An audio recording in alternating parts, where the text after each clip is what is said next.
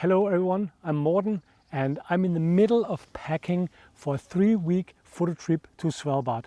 But there's a catch. Because of logistics, I can't just bring all the things I would like to bring and say, well, better safe than sorry.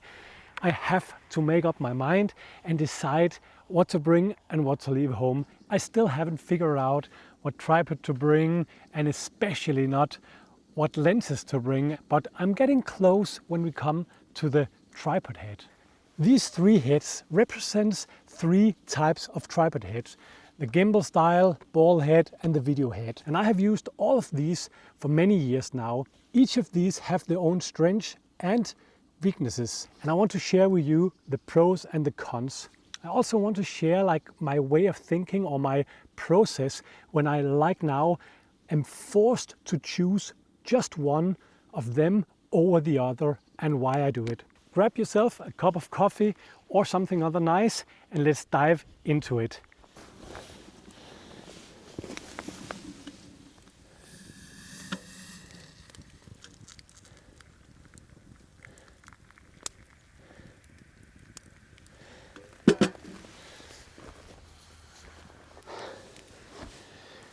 Oh yeah.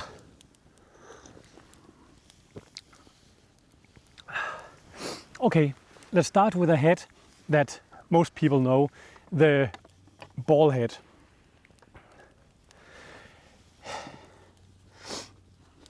Of all the heads here, this is probably the one that I have been using the most. You can call it the most versatile. It has some pros and it has some cons. And let me just go through them. First, I just want to go through the characteristic with all the heads without comparing them, and then if we have the time before it's getting dark, we'll do it out here. Otherwise, we'll go to my little office and do the comparison and the final, choosing the head that I'll bring to Svalbard and why I'm bringing that. But the ball head here, this is a really right stuff, BH55. And if you look close to it, you'll be able to see this is really, this has been on multiple trips to Greenland. It has been on Ellesmere Island expedition, it has been on Svalbard, it has been in the rainforest, Africa, everywhere, and it's still going strong. And I bought this head, I think it was 2008, and it's just a fantastic head. It's so buttery smooth, you know, when you have no resistance, you have no moving in small it's just amazing. So this head is good because of a few reasons. First of all, it's very versatile. Regardless if I have a big telephoto lens, let's take one with an Arca style. This one, no, let's take the lighter one. This one here. Let's try to mount a big lens on it. It's really good for that. Let's take here we go. Put the Z9 on. There we go. Once you get it balanced, it's pretty nice. You can control it with a few fingers. And if you want to shoot vertical like so and move the lens at the same time, be able to very quick do like this, without having to tighten the lens, and you just have it loose, and you at the same time want to adjust the ball head, that is one of the cons with this kind of head, because that is where it's become really annoying. There's a little solution for that though, and that is basically to take it into a semi-gimbal mode, where you let the head go down on the side, you loosen it up here, you try to balance the lens, which is already been done here, and then you can kind of loosen the pan up, and then you have a weightless lens that you can do with whatever you want. That is really good. So another great thing about the ball head is that when I'm going to Svalbard now and I maybe want to do some landscapes or photograph with a smaller lens, it's just as it's good with this one. Let's just leave it like this. If I have in this case 14-24, which I might bring, then it's equally good because you have the option to do landscape photography, and you can, if you have an L bracket, it's even easier. You know, all the hardcore landscape photographers are using that, but you know, I just put it there and then it's fine for me. And yeah, so a big plus I would say for this head, and something that definitely goes to the final round, is the fact that it's really good for when I'm using either like in this case 100-400, this one, or the telephoto lens. It's really good for all of them. So now let's talk about the things that are not so great when it comes to this kind of tripod head. Oh, I used to have it on the other side, but let's do like so. Put the telephoto lens back on. Here we go. Yeah, and tighten a little more.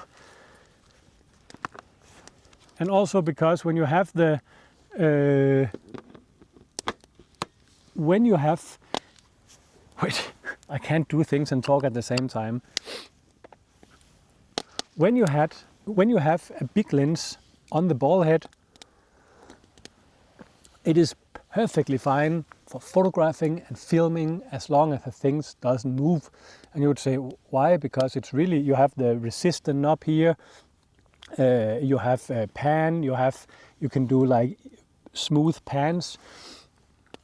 It's just the fact that, first of all, when you want to shoot vertical very quick in photo mode, it starts to be a little like you have to tighten and loose unless you go into that mode. And when you go into this mode and your tripod is not completely level because you're on a slope, you start to be very side heavy, and that is when it kind of loses the greatness.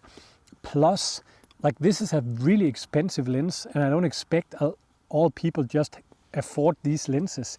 So if you have like either an older 500, 600, 400, or like a Sigma or a Tamron or something like that, they are usually not that smooth in this one here, and that when it hangs like this and it's not balanced right over the tripod thing here, the foot, it goes very easy one way, and then when you turn the other way, it's like you kind of have to help it a little bit.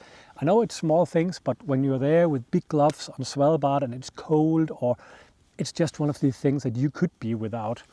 So that's not said that this is not the head I'm bringing, it's just to mention it. Another thing is when you're moving, because I have to do photography and video, and the thing that is not so great with a ball head is to or so easy, is to make a smooth pan, because you easily get these small, even though you loosen everything up completely here, you get this jaggery movement. And even though everything is completely loose, then it's getting hard to control, because if you need something or you need to adjust the lens just a little bit, it becomes very much alive. Furthermore, when you don't have any resistance when you move and do panning with a video recording, it's so hard. You know the feeling of when you have to push something and there's a little resistance, you can kind of put a little force in it, but when it's completely free, you have to not only push but also brake, and it's just really hard, at least in my experience when trying to film with this. And this also counts when you want to follow an animal like a flying bird or running ptarmigan or whatever, a fox or something like that. So yeah, that was a little about the ball head. When choosing a ball head, this is just one. There are many of them, and there are also kind of hybrid ball heads where you can kind of balance them, but I just don't dare to try new things so close to a trip. And also, the more details you have on a ball head, the more little fiddly things that can go wrong, the more I have alarm clocks in my head and think, will they handle -30 and be thrown around? Because I'm not that careful with my equipment, and sometimes I just can't be when they are getting loaded on sleds and stuff like that. So yeah, choosing a ball head is just really important to buy a good one. I've had from Kirk, I've had Arca Swiss, I've had the Gitzo ones, I've had the a different kind of heads, and this is by far my favorite of all of them. So yeah, that was the ball head. This video is going to be long, so you might want to divide it up in more pieces because yeah, I don't want to rush it. I just want to kind of share everything I know about these heads with you, so you can maybe make another decision. One of the things I've considered with this head is like I would rather have a quick lock rather than this, because it can be a little annoying when you have big gloves and you want to be sure that it's tightened, and you're maybe afraid that it's getting loose and stuff. But so far I've had no problem. That was the ball head.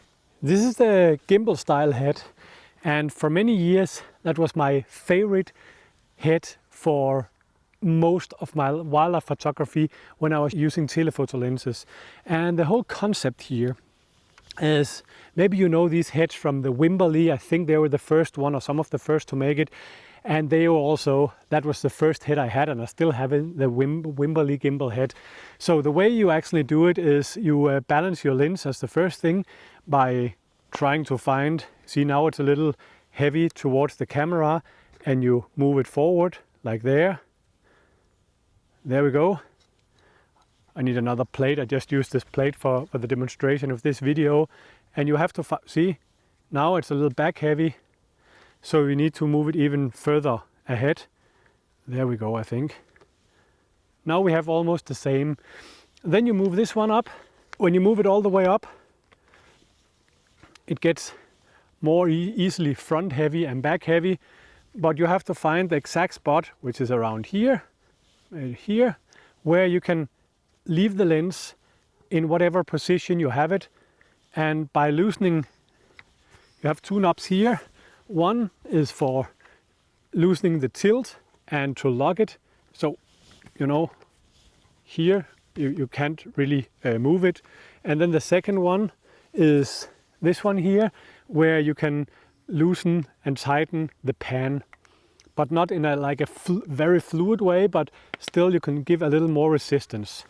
So this tripod head here, the gimbal style head, is really amazing for when you are panning birds or when you are filming. It's also really nice because you can tighten the little screw down here just a little bit and then get the resistance you want.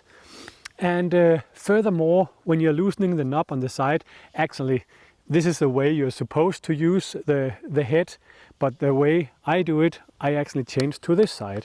And let me explain you why.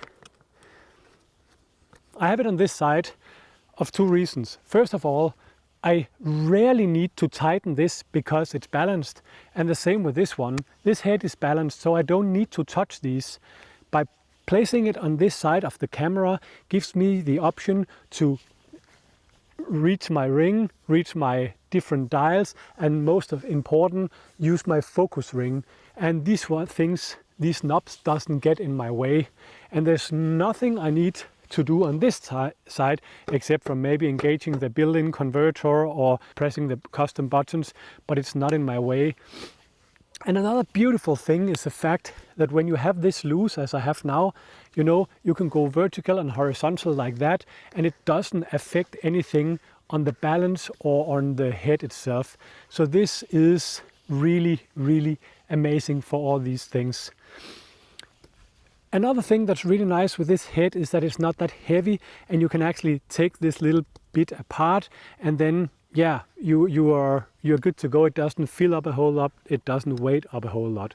This particular model from Gimbal is a anniversary model or something like that, and it have a little dampening in it, so it gives you a little resistance.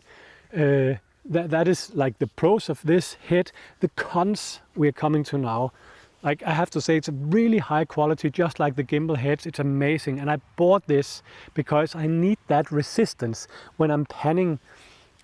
But the cons about this head, the biggest cons is, let me take this off, is, give me a second.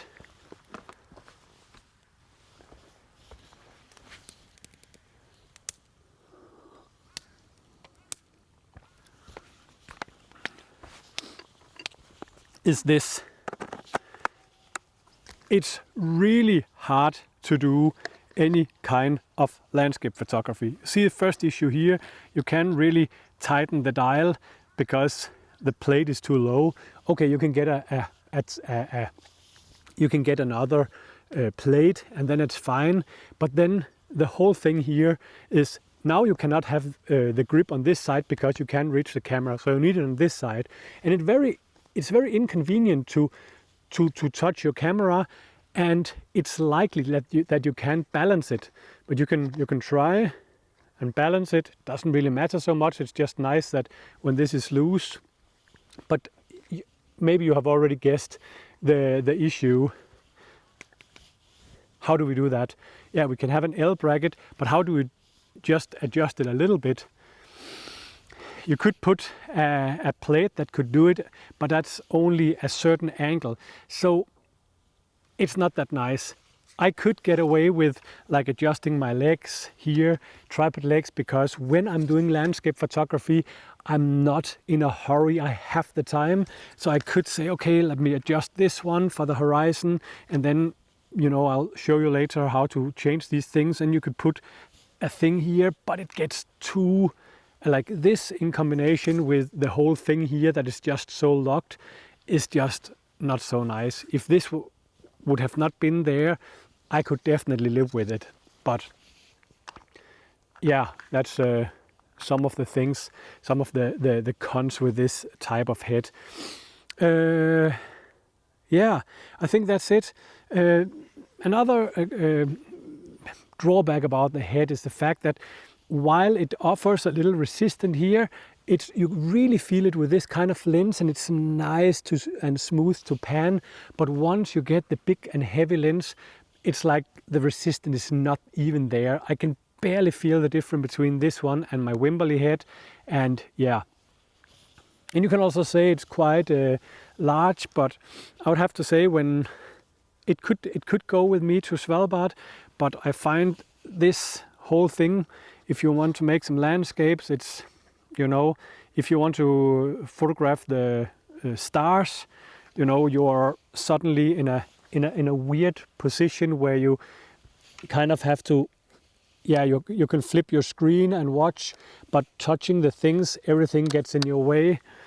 But again, it's so good on the telephoto lens. It's so nice. It's so nice to have the freedom to move around. So yeah, we'll talk more about that later. Now, let's go down to the video head and talk about that. And that is probably the head you have seen me using. That's probably the head you have seen me using in most of the videos recently. And let me tell you just why. So, this is the Sachtler video head with some liquid dampening in it, but it could also be like the Manfrotto or Sirui or something else. But let me just explain you how this works and the pros and the cons and why I'm using it so much now. The video head is kind of a, what you say, in its own league, because it does not offer the flexibility of the ball head. It does not offer the weightless, balanced feeling of a gimbal head, but it has one thing that really sets it apart. It's very stable because it's made for filming, and when you're filming, even though you have vibration reduction and stuff, you just can't stabilize that good. So when putting your lens on this head, it's so solid, and putting a 600 on here, you just instantly feel like how your lens is not that, like if you push it, it doesn't vibrate that long as if you have it on the gimbal, and especially not as long as when you have it on the ball head. But that's not my biggest reason why I'm using this head. The big pro about this head is the fact that you have an adjustable dampening system, where you see you have these little numbers here, this scale, where you can, if I open up the head here, it can be very loose and wobbly, see? And then you can tighten them up a little bit, and then it has more resistance, and then you can dial also this one in. So let's say we loosen this up a little bit. Now everything is backwards. So you see it goes there. Then you can have this knob here, and if you put that on the lowest setting, you know, it'll just fall down because the ability to come up again is not there. So it'll just fall. Where if we set it on the highest setting, you know, it will bounce back. You can almost make like a, let's try to put this, it's easier to demonstrate then. Now it's on a loose setting and you can basically have it going like this. It's rocking because the spring here will prevent it from falling down. So you can say, for what is that useful? Okay, let me explain how I use it with a telephoto lens. First, I put all the dials to the lowest setting. That means if I let go, it will just fall down.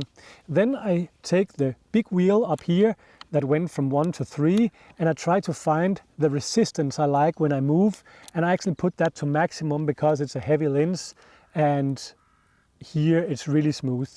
Then second, I take the small wheel that went from 1 to 8, this wheel here, and then I say this is, when I put it in an angle like here or there, I would actually like it to stay. So let me try with a setting on 3. Oh, it barely holds the lens. Let's try on 4. See, it's almost there. Let's go on, just to see, on 8. It's not so good because then it bounces back. So 7, 6, let's try 6.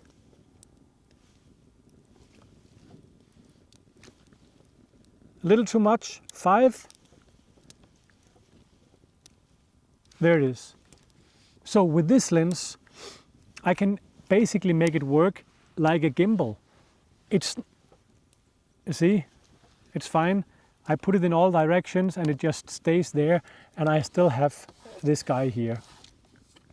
And then you have the option, even with gloves on here, you lock and let go. And the same down here, you push, then you cannot pan the lens, and here you can pan. And down here you also have a wheel, and that is like how soft should it be to pan. Either, oi, come on here, you bastard, stop.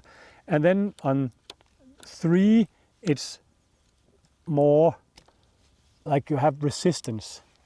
I really love using this head. You have a little leveler here so you can see when it's leveled, and it's really nice to use because it's make your lens and camera weightless. So you can see all this praise, like I'm so happy with the lens. You have free all around. Like, why do I have the other heads then when it's so amazing?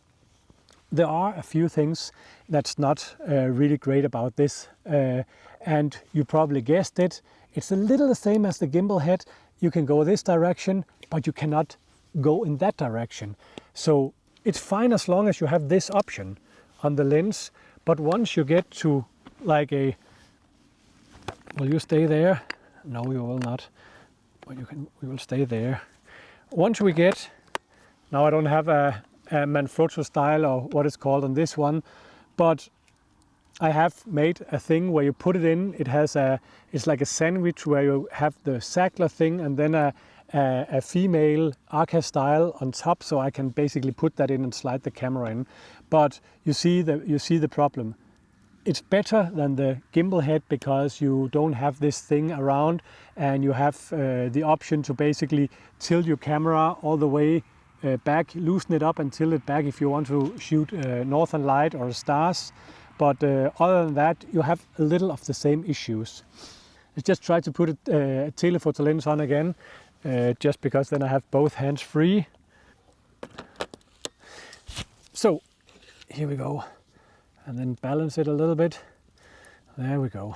On the tripod, there is actually a hole down so that you can put a half ball there, and that gives me the option to level a little bit if my tripod is not perfectly leveled. And while that's really smart, you don't have like a full ball effect, so you can like put it on the side, but why would you do that? But it's still like when you're doing landscapes, you just need to be able to compensate for uneven ground. It's easier when you have this on the lens and you can just do like that. But the question is it something I can live with?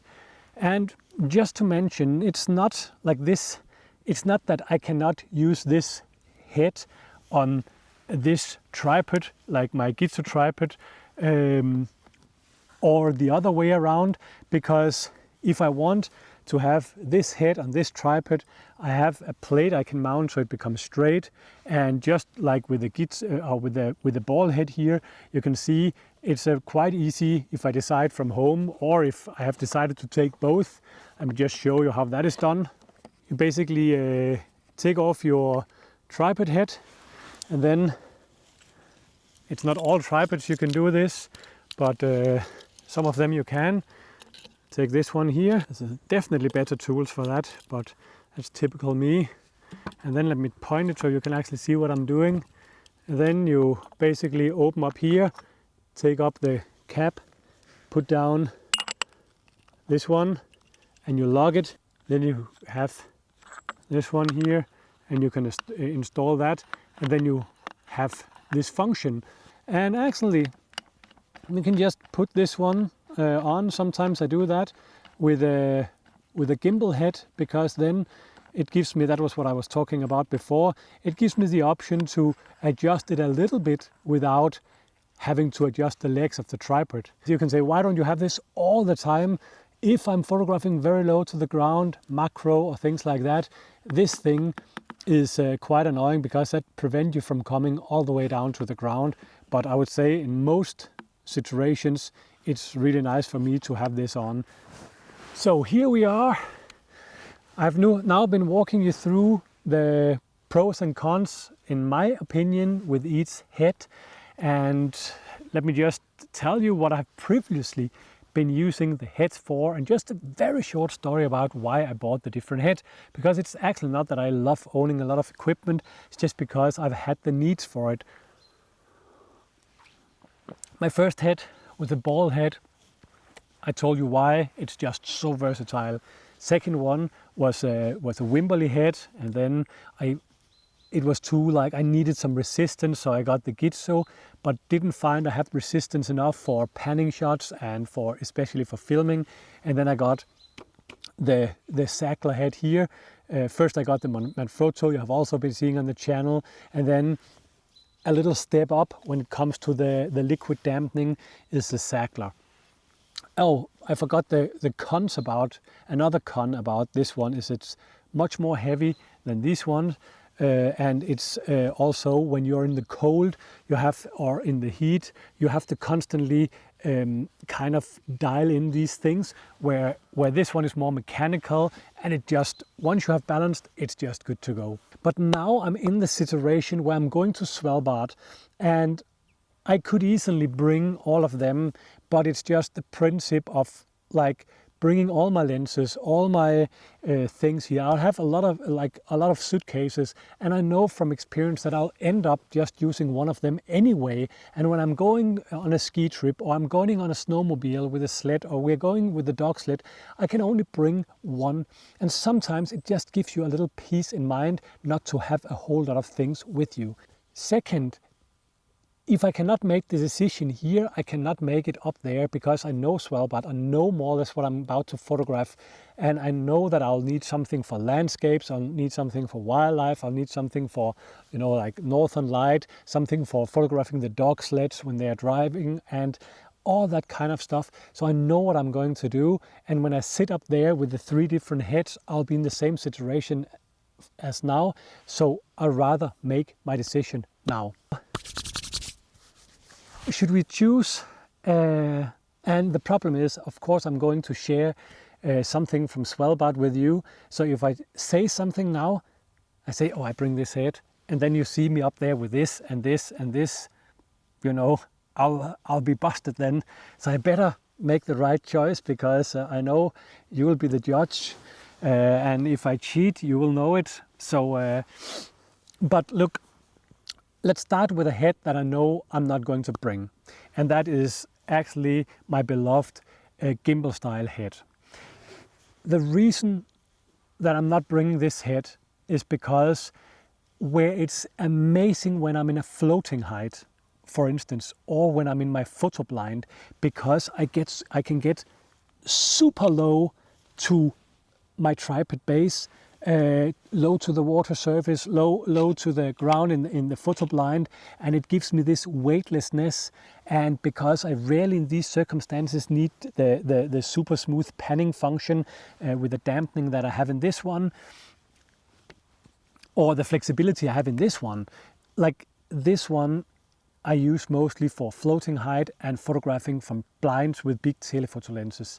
But because it is so annoying to like go up and go to the side, even if I mount it with this plate, that in combination with these things sticking up and making it a little harder for me to use, I think this one has the same benefits and drawbacks. They both have the option to be weightless. They both have the issues about can doing this and that. And this one is lighter, this one is heavier. But when I have to, if I have to kick out one of them, I'll kick out this one, simply because choosing between two heads that has almost the same options but also the same limitations, I want to have the head that does the job best that they can both do. Like this one where I can adjust the dampening and I can adjust also the balance like I can on this one. I can basically have a weightless lens on both of these heads. Only different being that this one I can get this really smooth pan when I'm doing video recording. So let's say this one is out. I kind of knew that. But this is where it's annoying for me, because these are the two heads where it has been impossible for me to make up my mind. And let's just put a lens on this one. Should I bring the ball head or should I bring the video head? And to be honest, I don't know. But I have to make up my mind right now, otherwise I'll not make up my mind. There's no doubt this one is lighter, it's smaller, it's way more versatile than this one, and especially for landscapes, it's much quicker. I have the option to put it down on the side here. I could even bring my Gimbal sidekick and have a gimbal style head with this one. So that gives me the option to have a weightless lens without having to put it down the side. It gives me the option to photograph landscapes with something like the zoom lens here. It's just amazing because this package is so light, and that's also why you see me using it a lot. I'm just so close to call it and say this is the head I'm bringing, like the first quality ball head I've ever bought. But then on the other hand, this one, the fact that it's sticking down doesn't bother me, because if I'm photographing ptarmigans or something very close to the ground, you know, I will take my lens off anyway and go down and rest it on the snow, so that doesn't bother me. What I have to think about is, what will I photograph? I'll photograph landscapes because I know they're landscapes, and I know it's the dark season up there, and I know there'll be beautiful blue light. That I know. I'll probably also go to photograph northern light if it's there. And then hopefully I'll go on some dog sledding trips. I'll go on some snowmobile trips. I'll go on some ski trips to photograph and film, hopefully, reindeer and ptarmigans, maybe some birds, maybe the fox. And if I have landscapes, I have all the time in the world to set up my camera and photograph. So I do not need the speed of this one, even though it's really, really nice. I could photograph landscapes with this because I normally never do the vertical ones. So I could do here and then just have the time to level my tripod legs, maybe even put this head on this tripod to make it lighter. I could do that. So when I photograph landscapes, I have all the time in the world, so I don't need to be quick. When I'm photographing wildlife, I don't want to bring this sidekick in my bag and then I'm hiking on the skis and suddenly I see a ptarmigan or a fox or a reindeer and then I need that sidekick up, and then I could just use this one as it is, but I know with the panning and the slow movement and the stability and the whole fine adjustment when I'm there, I know this one is so much better. So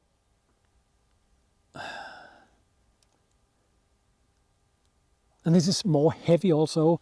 It's just more heavy. I'm not going to talk about the tripod. I was just about to go into the tripod configuration if I put this head on this one, or but you know what? We have to make a choice, and I'm bringing this head to Svalbard. Yeah, I'm bringing this head to Svalbard. And why do I do that? Of the same reason I just told you. When I'm photographing, look.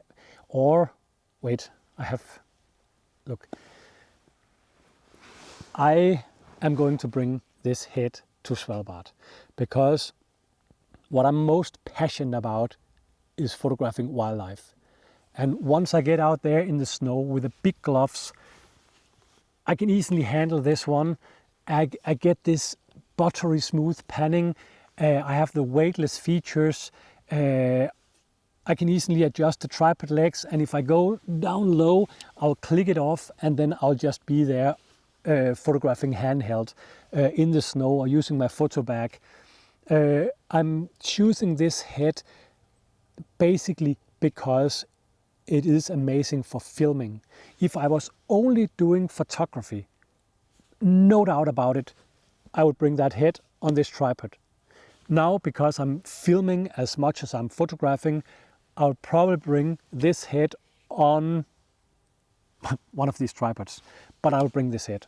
This is the one, the Ace XL from Sackler is the head I'm going to bring on the trip to Svalbard. And then my little idea was that I'm also bringing my vlogging equipment. That is filming right there. It's a Rollei tripod, carbon fiber tripod with a tiny Novoflex ball head on it with an Arca style switch. So that means that I have an Arca on my camera and that does not fit there. Then I have the little clamp to put on, or I could put them in photo on my camera. But then if I'm going to photograph landscapes and I'm not filming it, I can use that tripod and that tiny head for just going out from the cabin in the evening and photographing. And if I want to just sit and photograph the dogs or something like that and film them, I'll probably do it with that camera anyway. So, and by the way, that is the Nikon Z6 III that is filming now. So that was the conclusion. I really, really hope you could use this for something. And then, yeah, let me know in the comments to this video if there is anything else you would like me to cover. The worst thing is ahead of me now. It is choosing between the lenses like 400 2.8, 600 f4, both with the built-in converter. Then I have the 100 to 400 and the 180 to 600. I know I'm only going to bring one of these lenses. I just don't know which one of them. And I know I'm only going to bring one of the other lenses. I just don't know which one of them. Then I have the 24-70 2.8 and here the 14-24 2.8. I'm probably only going to bring one of them, but that's a whole nother story and maybe another video if you want that one. But now you're warned. Now you know how long and boring they can be. I think I'll grab myself another cup of coffee, and then I have to test some new sleeping mats. I have some MSR, gas boiler, multi-fuel boiler. I have to try to compare when boiling water. I have to test how things are in the pool over there, how I place it all. But you know, this video was longer than expected, so I think I'll just throw the things in the tent and then yeah, I'll call it a day. But thank you so much for watching. I hope you got just a tiny bit of knowledge or inspiration or something that you could use, so you haven't just wasted so much time. But yeah, that was it for me. Take care and see you out there.